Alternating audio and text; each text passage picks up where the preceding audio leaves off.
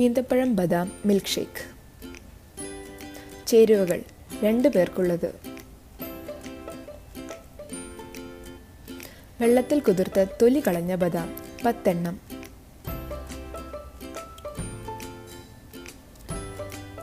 ഈന്തപ്പഴം കുരു കളഞ്ഞത് 10 എണ്ണം.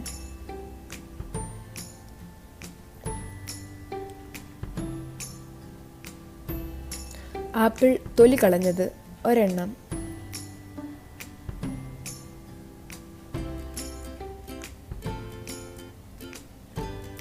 കശുവണ്ടി പരിപ്പ് 10 എണ്ണം.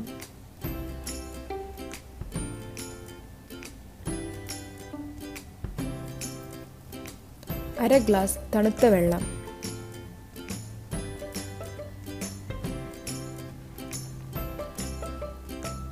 ഒരു ഗ്ലാസ് തിളപ്പിച്ച പാല്.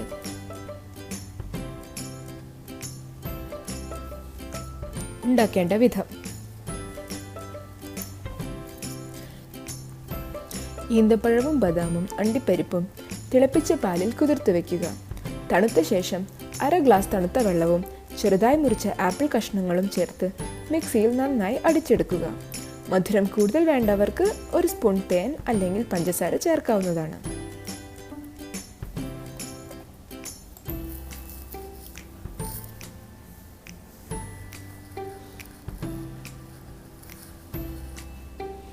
അങ്ങനെ ആരോഗ്യപ്രദവും സ്വാദിഷ്ടവുമായ ജ്യൂസ് തയ്യാർ.